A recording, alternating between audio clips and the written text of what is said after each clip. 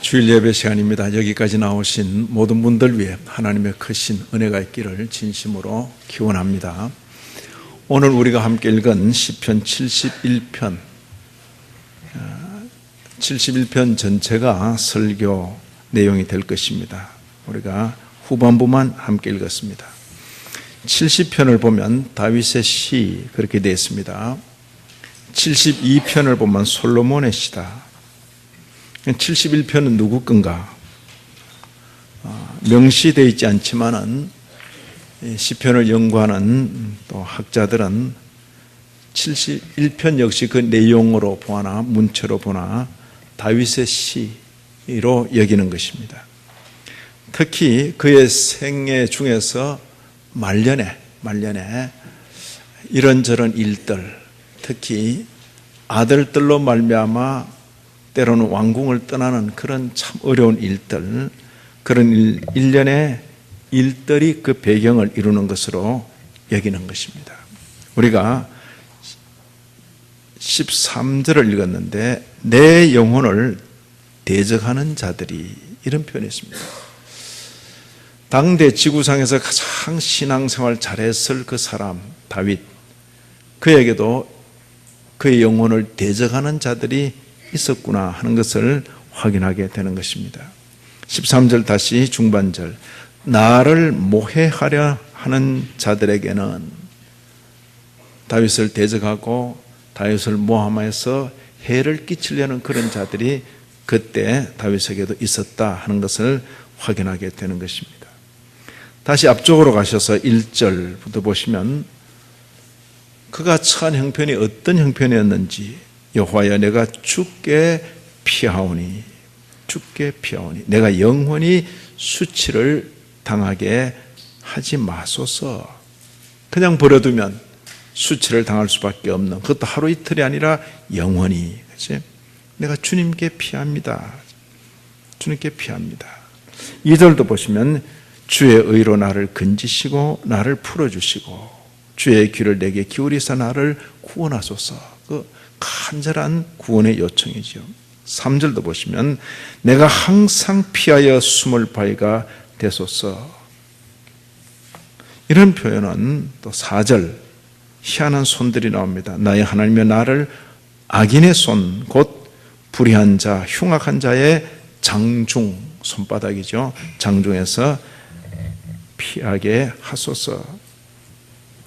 자, 거듭거듭 소개드리는 말씀은 이 땅에서 하나님 잘 섬기고 신앙생활 잘하면 염려, 근심, 걱정 없고 잘 먹고 잘 산다는 이야기는 결코 성경 이야기가 아니고 그냥 사람들이 그렇게 바라고 있을 뿐이고, 그런 이야기는 교회당에서 듣는 이야기가 아니라 절간, 점집에서 충분히 들었다, 그렇게 생각하시면 맞을 것입니다. 지구상에서 가장 신앙 좋은 다윗이랄지라도 그가 걸어가는 걸음, 바로 이런 거, 이게 현실입니다. 이게 현실입니다. 그게 낯설게 여겨지고 그것이 아니라 그런 현실인 줄 알고 살아갈 필요가 있는 것입니다. 이걸 또 어떤 분들은 그런 거 보니까 하나님의 능력이 없는 모양이다, 그 이야기는 아닌 거죠. 살아계시고 능하신 하나님께서 가장 신앙 좋은 성도일지라도 이런 현실에 두는 것을 볼 때 그 무슨 인생길에 이유가 있구나, 그렇게 생각해야지. 신앙 좋은 사람을 환난과 고난에 그냥 두는 걸 볼 때 하나님이 능력이 없다, 그건 하나님 아니죠. 우리는 그런 신을 섬기는 게 아니죠. 하나님은 살아계시고 능하시고 지혜로우신 분이신데, 이건 하나님의 능력의 문제가 아니고 그 지혜로운 섭리의 문제다 하는 것을 분명히 아셔야 되는 것입니다. 그래서 종래의 성경을 제대로 이렇게 좀 구체적으로 자세히 읽기 전에는 그냥 근성으로 생각하는, 근성으로 하나님의 능력이 있으니까 이건 이렇게 저건 저렇게, 자기가 하나님인가요? 인간 좋을 대로 다 주문하고 그렇게 되면 하나님 계시다 그러고 그렇게 안 되면 하나님 안 계시다 이렇게 말하는 건 그건 우상 섬기는 데 가서는 알아볼 일이지, 성경 펴서 성경 읽는 사람은 그렇게 생각하지 않죠. 이 땅에서 가장 신앙 좋은 사람에게 이런 일이 일어난 것, 또 그런 일이 일어났다는 걸 숨기지 않고 그대로 드러내고, 그리고 이 성경을 읽는 사람들로 하여금 그런 줄 알고 살아라 이렇게 할 때는 그게 대단한 진리가 있는 거죠. 진리가 있는 것입니다. 여기 성도일지라도, 신앙 좋은 성도일지라도 인생길 속에 다양한 어려움을 겪을 수 있다 하는 것을 반드시 기억하시기를 바랍니다. 그럴 때 다윗은 지난 세월을 돌아보는 것입니다. 지금 인생의 후반에 현재 겪는 어려움, 그러나 지난 세월을 돌아보는 어디까지 돌이키는가. 이 시편 중에 이런 시편은 많지는 않습니다. 아주 어린 시절부터, 여기 보시면 5절 언제죠? 여호와여 주는 나의 소망이시여 내가 언제부터? 어릴 때부터 신뢰한 이시라. 주일학교 출신 아닌 분들은 이 말씀이 낯설 것입니다. 언제 어릴 때, 그죠? 어릴 때 아무 경험이 없고, 그러나 다윗은 유대인으로서, 이스라엘 사람으로서 기억하는 거죠. 어릴 때부터. 그걸로 부족합니다. 어릴 때부터로 부족하고, 그 다음 나오는 표현이 뭡니까? 6절 내가 모태에서부터 주를 의지하였으며. 제가 이 세계는 잘 모르겠어요. 저도 분명히 모태에서부터인데, 그러나 모태에서부터 주를 의지하였으며. 모태에서 어떻게? 이게 소위 모태신앙입니다. 그러죠? 모태에서부터. 그러면서 나의 어머니의 배에서부터 주께서 나를 택하셨습니다. 지난 세월을 돌아보면서 지난 세월 동안 베푸신 그 은혜를 기억하는 거지.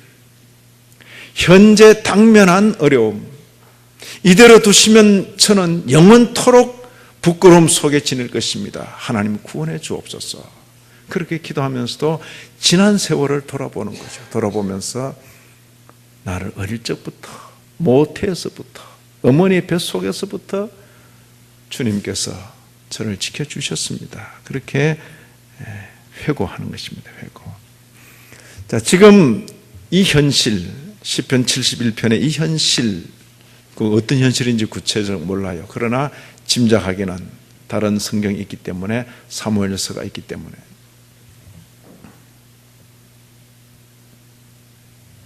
다윗이 젊고 힘이 있을 때는 사람들이 전부 다윗에게 잘 보이려 합니다. 다윗에게. 근데 다윗이 이제 늙고 병들어 가니까 자기가 일어나면 사람들이 인정 안 할 것 같으니까 다윗 아들 중에서 아주 잘난 아들을 내세워 가지고 다윗을 배반하고 그렇게 하게 만드는 것이죠. 그런 간신들이 그때도 있었던 것입니다. 지금 당면한 그 현실 속에서 다윗은 어떤 두려움이 있는 것입니다. 여기 보시면 자신의 노년을 지금 말하고 있는 것입니다. 자, 9절 보시면 늙을 때에 나를 버리지 마시며 내 힘이 쇠약할 때에 나를 떠나지 마소서. 지금 다윗은 젊은 나이가 아닙니다. 이미 중년을 넘기고 노년. 그렇죠? 늙을 때에 나를 버리지 마시고 내 힘이 쇠약할 때 나를 떠나지 마소서. 자, 인생 살아보지 않고는 말할 수 없는 거죠. 살아보지 않고는. 그래서 위를 향하여, 자기보다 나이가 많은, 연세가 많은 분을 향하여 욕을 하는 것은 굉장히 무지한 인생이다. 그래서 자기도 그 형편 돼봐야지. 자기도 그 나이 돼봐야지. 돼보고 난 뒤에 나중에 욕을 할 값이라도, 자기보다 앞선 연세가 많은 연령이 높은 분을 향해서 이러쿵 저러쿵 말하는 것은 아주 굉장히 어리석은 것이요. 어리석은 것입니다. 여기 늙을 때에, 내 힘이 쇠약할 때에, 이 표현은 다시 한번 반복됩니다. 18절도 보시면 하나님이여 내가 늙어 백발이 될 때에도, 이런 표현을 쓰는 것입니다. 젊었을 때 다윗은 힘있고 한 번 칼을 휘두르면 그 앞에 견뎌낼 용사가 없는 거죠. 그 권위 앞에 백성들도 대적들도 전부 무릎을 꿇고 너도 나도 전부 다윗에게 잘 보려고 그러고 다윗의 눈을 맞추려고 그러죠. 그러나 세월이 흘러 늙고 쇠약하게 됐을 때에 자기 그늘에 있던 신하들도 그를 배반하고 그리고 잘난 아들 앞세워서 다윗을 대적하게 만들고 그럴 때에 기도하는 것이요. 하나님 지켜주십시오. 제 인생 젊은 날에 저를 지켜주셨는데 늙고 쇠약한 지금도 하나님께서 지켜주시기를 바랍니다. 다윗이 늙고 쇠약해지니까 대적자들이 이렇게 말합니다. 하나님이 저를 버리셨다. 건질 자가 없다. 하는 것이요. 대적들이 다윗을 대적하는 자들이 그렇게 비방을 할 때에 다윗은 하나님 앞에 간절히 구하는 거죠. 하나님이요, 내 인생길 늙어갈 때 하나님께서 나를 지켜주옵소서. 자, 지금 이 시는 다윗의 생애의 초반이 아니고 중반도 아니고 인생의 후반이다 하는 것을 확연히 알게 되는 것입니다. 살다 보면 다윗이 이런 날이 있을 줄 몰랐겠죠. 자기 손으로 골리앗을 때려잡을 줄 또 미처 생각지 못했죠. 또 자기라는 그 인생이 아버지의 양떼를 치던 자기가 이스라엘의 지도자가 된다, 이스라엘의 왕이 된다는 사실도 상상을 못했겠죠. 그러나 주어진 한 생애를 그 낯선 역할들을 맡아가면서 하나님의 은혜를 온몸으로 느끼며 살아가는데 인생길에는 반드시 좋은 일만 있는 게 아니라 정말 견디기 어려운 일들도 있는 것입니다.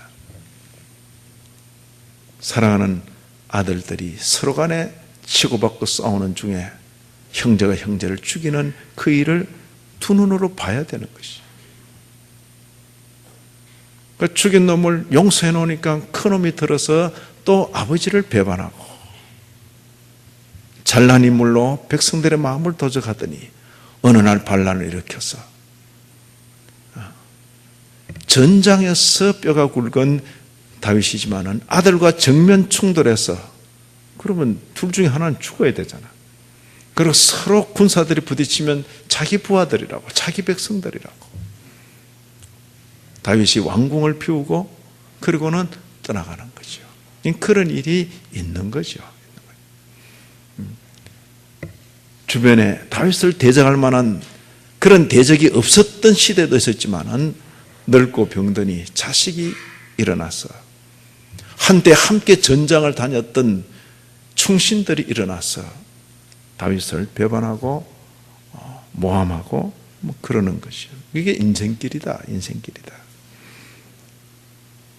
그러나 그 현실만 보고 있으면 낙담할 수밖에 없고 그 현실만 보고 있으면 하나님을 향하여 탄식할 수밖에 없는데 그 현실 때문에 기도하기 시작했는데 감당할 수 없는 그 현실 때문에 하늘 향하여 부르짖기 시작했는데 지난 날을 돌아보고 하나님 앞에 서게 되니 오늘 당한 이 현실도 하나님께서 처리해 주신다는 그 확신 가운데 찬송하겠습니다. 그렇게 말하는 거죠. 14절을 보시면 나는 항상 소망을 품고 주를 더욱 찬송하리다. 뭐 달라진 게 있습니까? 달라진 거 아무것도 없어요. 탄식하며 기도하던 그 자리가 찬송을 결심하는 자리가 되는 데는 돌아보는 것이요. 지난 세월 동안 하나님께서 베푸신 은혜를 돌아보고 어릴 적부터 그리고 주의 모태에서부터 돌아보면서 지금 찬송하겠습니다.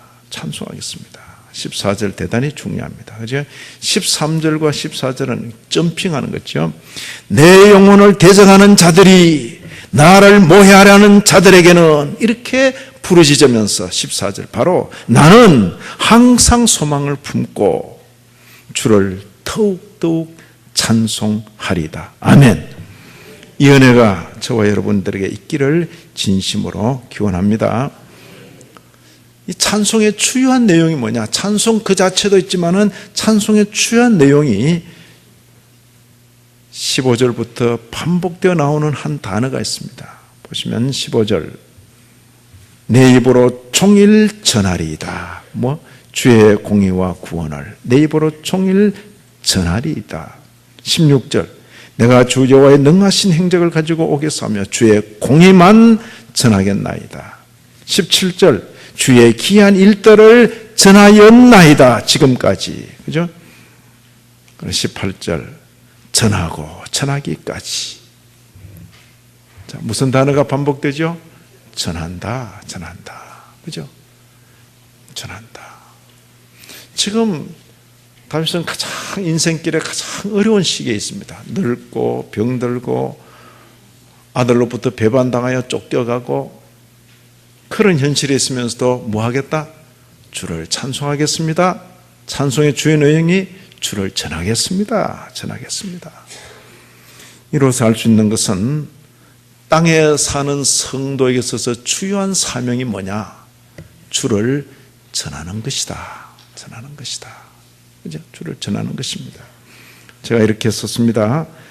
젊거나 늙거나 가난하나 부하나 낮으나 높으나 건강하나 병드나 모든 현실에서 성도가 할 일은 주를 전하는 것입니다. 주를 전하는 것.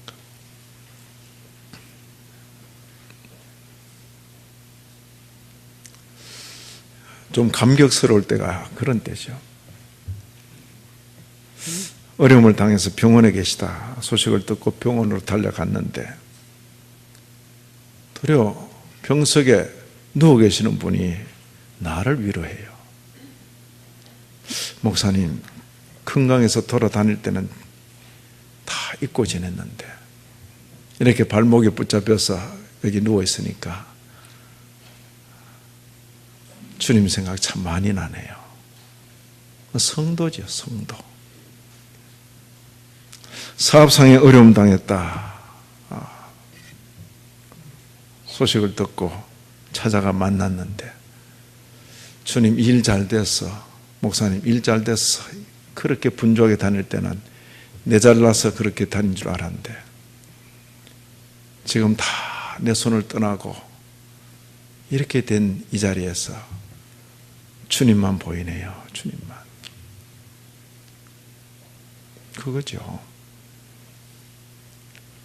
왕궁에서 호의호식하며 누릴 때 놓쳐버린 그 주님, 왕궁을 뒤로하고 떠나면서 어려운 피난길이 있을 때 비로소 더 깨닫게 되는 한평생 인생길에, 성도의 인생길에 중요한 게 뭐냐? 주를 전하는 것이다. 전하는 것이다. 이 단락의 마지막은 이렇게 됩니다. 18절 보시면 하나님이여 내가 늙어 백발이 될 때도 늙어 백발이 될 때도 나를 버리지 마시며 내가 주의 힘을 후대에 전하고 주의 능력을 장래의 모든 사람에게 전하기까지 전하고 전하기까지 나를 버리지 마소서. 그죠? 뭐 살려달라 뭐 이런 이야기 아닙니다. 주님 이 귀한 사명 내 생에 닿도록 잘 감당하다가 가게 하여 주옵소서.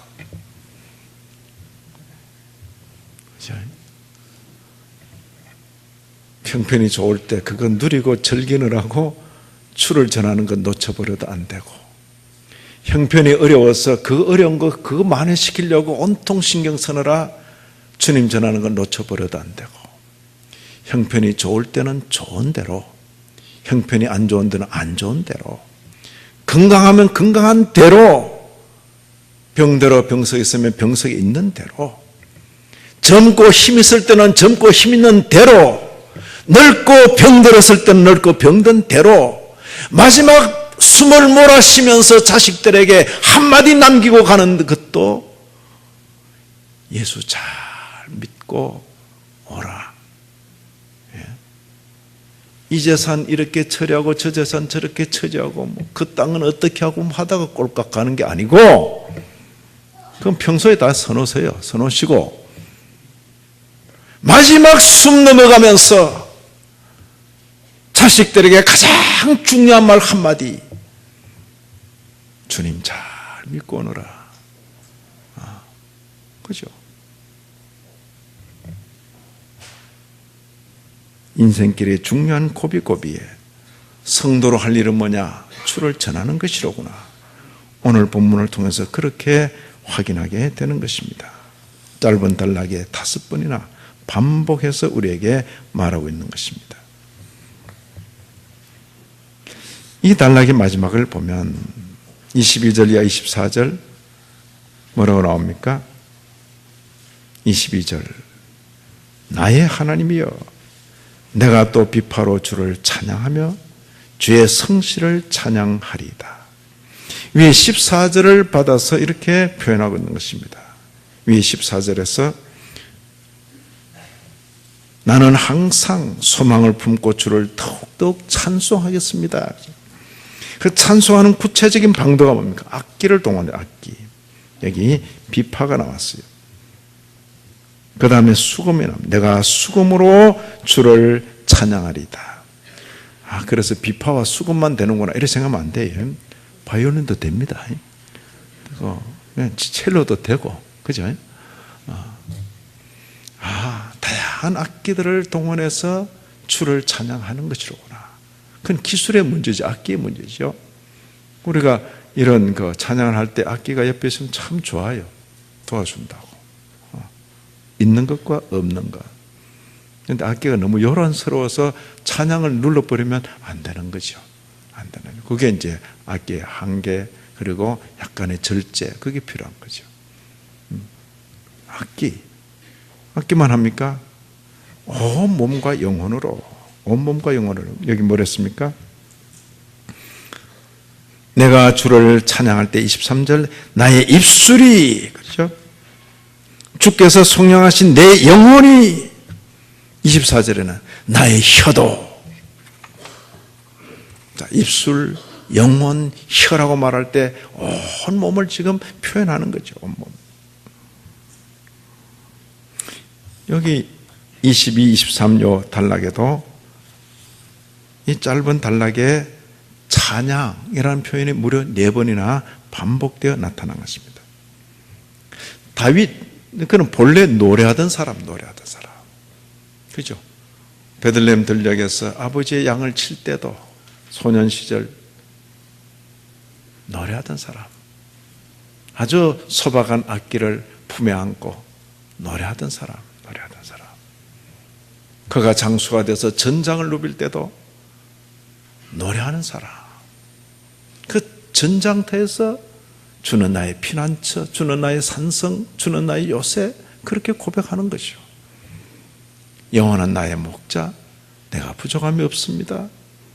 양떼를 지키는 가운데 왕궁의 왕으로 있으면서도 지난 역사를 돌아보며 나라가 이렇게 세워지기까지 하나님의 베푸신 그 은혜를 시로 쓰고 노래하고, 다윗은 시인이요 노래하던 사람이죠.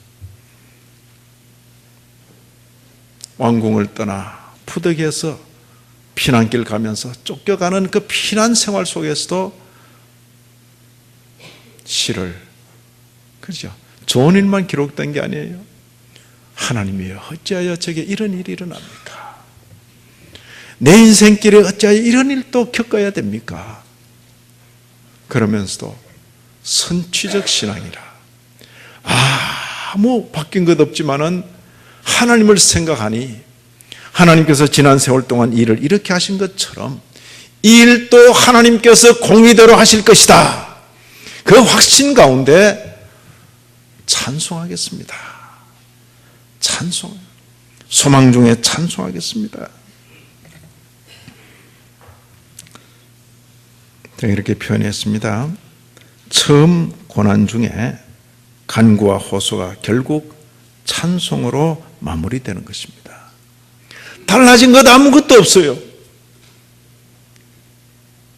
하늘 우러러 기도할 수밖에 없는, 탄식의 기도를 드릴 수밖에 없는 그런 현실, 바로 그 자리인데, 바로 그 자리가 주님 찬양하겠습니다.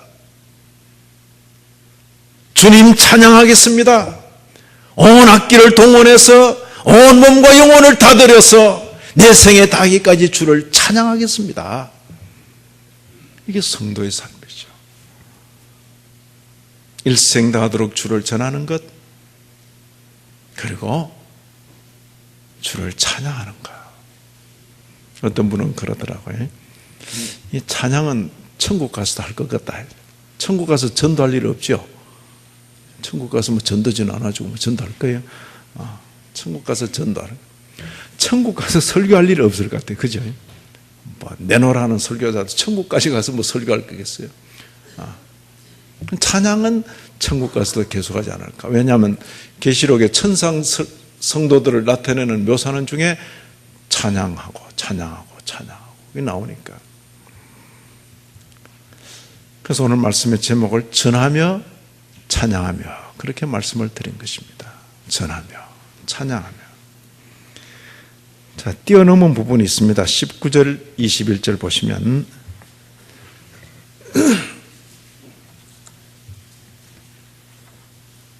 여기 다윗의 생애 어떤 독특한 부분을 느낄 수가 있는 것입니다. 19절이야 21절.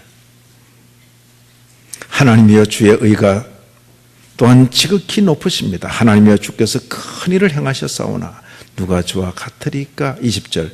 우리에게 여러 가지 심한 고난을 보이신 주께서, 자, 우리에게 심한 고난을 격도로 하신 분이 사탄 마귀다 주님이다. 예? 자, 우리에게 여러 가지 심한 고난을 겪게 하신 분이 사탄 마귀다 주님이다. 야, 이제 우리 교회에서는 더 이상 그걸 사탄 마귀다 이렇게 말 안 하기로 했습니다. 그죠? 예, 안 하기로 했어요. 주님께서 그죠? 우리에게 여러 가지 심한 고난을 보이신 주께서 우리를 다시 살리시며, 예? 다시 살리시며. 인생길에서 이런 경험 해보신 적이 있습니까? 인생길에서 혹은 건강으로, 혹은 사업상의 재물로, 혹은 사람 관계로, 끝났구나. 아직 뭐 젊고 뭐 반반할 때는 아직 아닙니다. 아니고 인생길 걸으면서 여기가 끝이로구나. 여기까지로구나. 그죠 뭐. 근데 다시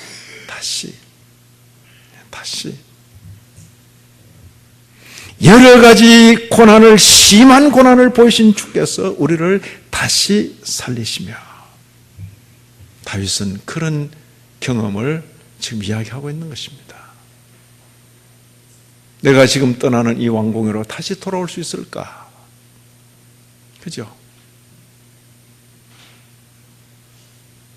다윗은 다시 그 왕궁으로 돌아오게 된 것이요. 끝까지 저항하던 압살롬은 전사하게 되는 것입니다. 땅 깊은 곳에서 다시 끌어올리시리이다. 땅 깊은 곳에서. 그죠? 인생길에 이런 경험 있으십니까? 이 다시라는 것이 다시, 거듭 신, 하나님 말씀을 다시 전해줄 때 그게 신명기입니다. 인생길 걷다가 한번 쓰러지고 꼭 다시 한번 기회를 가졌으면 그게 재수입니다. 재수. 그죠? 재수 해보셨어요? 재수 안 해봤죠? 인생 제대로 산 게 아닌데. 제가 대학 시험에 떨어지고, 아이고, 목사님, 재수했습니까? 예, 재수했습니다. 대사학원 출신입니다.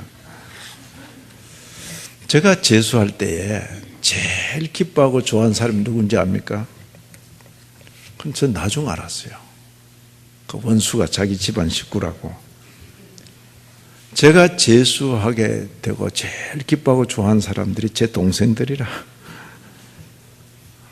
사연인적 잘난 형님 밑에서 너무 힘들었다 이거야. 예?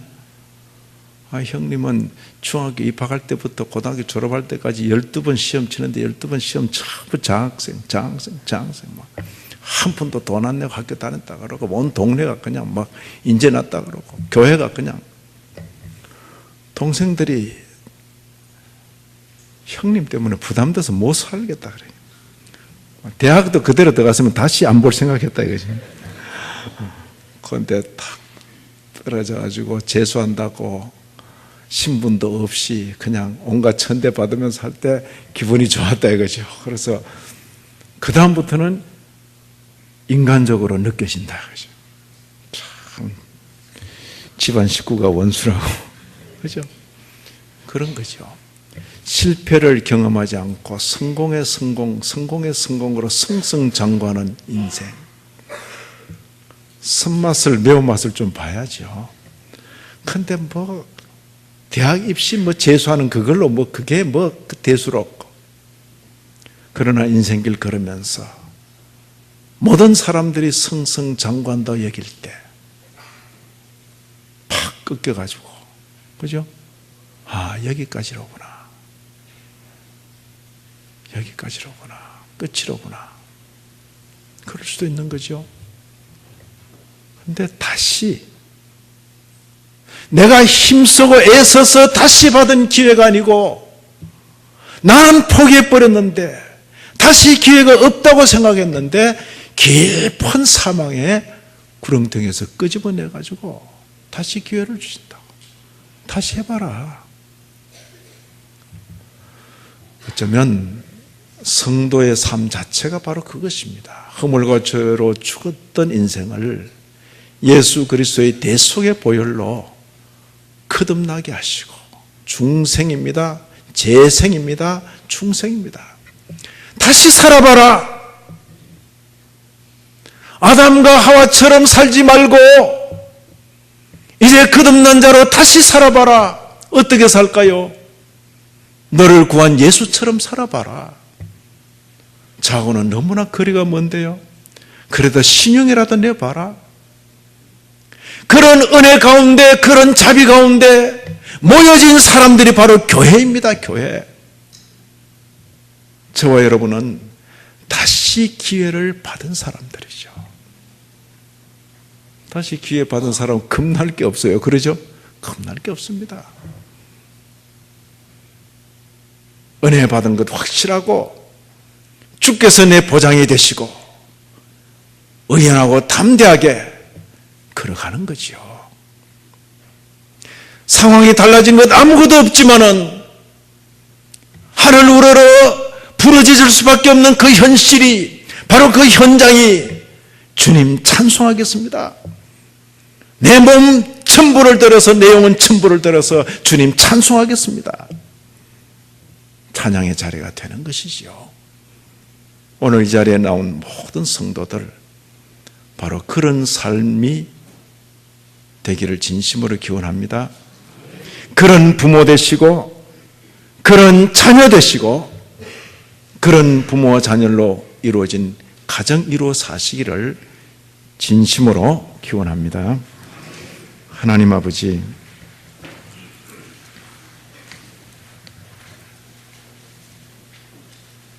성도 다윗이 온 영혼을 토로하여 남긴 이 시편을 통하여 깊은 교훈을 받습니다. 생의 모든 기회에 주를 전하며 살게 하시고 생의 어떤 형편 속에서라도 주를 찬양하며 살게 하여 주옵소서. 이런 부모, 이런 자식, 이런 집안 권속 이루어 살게 하여 주옵소서. 예수님 이름으로 기도 올리옵나이다. 아멘.